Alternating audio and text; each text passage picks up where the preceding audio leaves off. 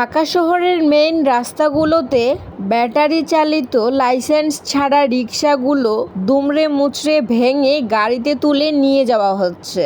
এতে রিকশা চালকরা যেন আহাজারি করে মরছে। তারা বলছে, আমি আমার গাড়িটা 2 দিন আগেই কিস্তি দিয়ে তুলেছি, সেই কিস্তি আমি এখন কিভাবে দিব। আবার অনেকেই বলছে, আমি এখন কি করব, আমি কিভাবে আমার সংসার চালাবো। এখন আমার চুরি করা ছাড়া কোনো উপায় নেই, এখন আমাকে চুরি করে সংসার চালাতে হবে। আবার অনেকেই বলছে, আমার অসুস্থ মায়ের চিকিৎসা আমি কিভাবে চালাবো, আমার বউ সন্তানদের মুখে আমি কিভাবে খাবার তুলে দিব। আবার কেউ কেউ সাংবাদিকদের সামনে কান্না করে চিৎকার করে রাস্তায় শুয়ে পড়ে আহাজারি করছে।